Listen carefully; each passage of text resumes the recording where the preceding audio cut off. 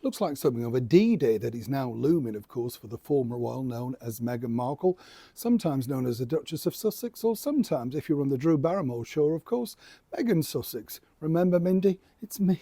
It's Meghan Sussex now. I'm not Markle. You should know that.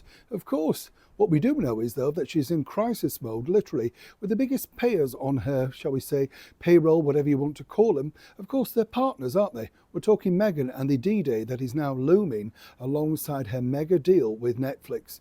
Let me explain. Morning, nice to see you, chums. Thank you so much as ever for taking the time out to join me today. It is lovely to have your company, and as ever, good to see you, whatever you're doing. It's interesting, I mentioned this a while back about the Easter eggs, by the way, and it's funny, many of you have mentioned this. You don't see the words Easter, do you, on the eggs? Have you noticed that? Yeah, they've sort of put it out, they call it celebration egg or something. You don't think, no, it's Easter. This is a Christian country. And I don't know about you, but every child knows what an Easter egg looks like, don't they? Yes, we learn from an early age, but seriously, you just realise how things are being eradicated. And suddenly everything that's good for you is, oh, we can't offend people. How about I'm offended?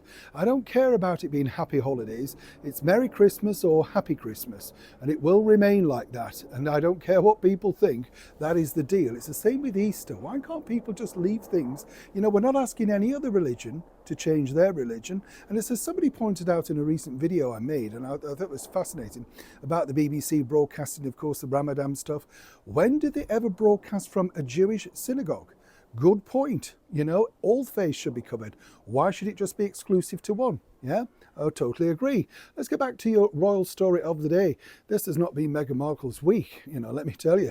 Absolutely, chums, because this really is going from bad to worse. Now, despite the glowing sort of smiles and beaminess of Meghan on her Instagram account, things are not going well. And this is simply because, of course, when you think, there she was with, as ever, with Love Meghan, this is the problem. Nobody really knows what the brand's about, or indeed what she's twittering on about.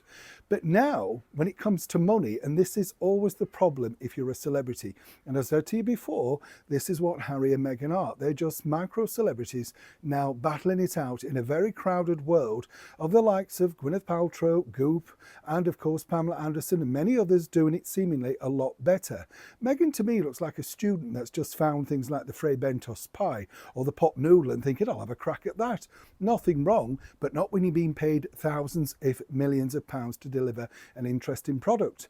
Basically, to put it in a nutshell, chums, she's been told to get out there and get flogging this alleged second series. Now, as many people know, it's not a second series. You know, it's all been made in one and chopped up.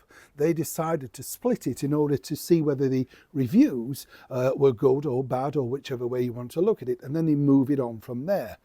Now, again, where this gets more interesting is, you know, what they can do with the edit is not that great. What I've been told from an excellent source working behind the scenes on the editing of the Netflix second series with Meghan is they're getting her back in to do more voiceover work and more sort of, you know, how can I put this, tracking as they call it in the business, so that they can use more of the footage of the food and the piano tinkly music, you know, less Meghan, more food, more flowers, etc. Too much of her apparently has not been, you know, the thing. Now, here's the other side of the coin. Basically, they're putting the thumb screws on, and I will have more about this in the next couple of days. You see, what they're basically saying is, look, this hasn't worked, Polo hasn't worked, Heart of Invictus, you need to get out there and promote. Just popping up on a one-off appearance on the Drew Barrymore show and sporadic interviews is not enough. What was on offer were lots of interviews, including late night chat shows, and really sort of making fun of the product. And there's nothing wrong in that. If that gets people to watch, exactly that's what Netflix want, and that's the deal. Now, Meghan naturally is reluctant. She thinks her star power is in a mystery, a la Greta Garbo.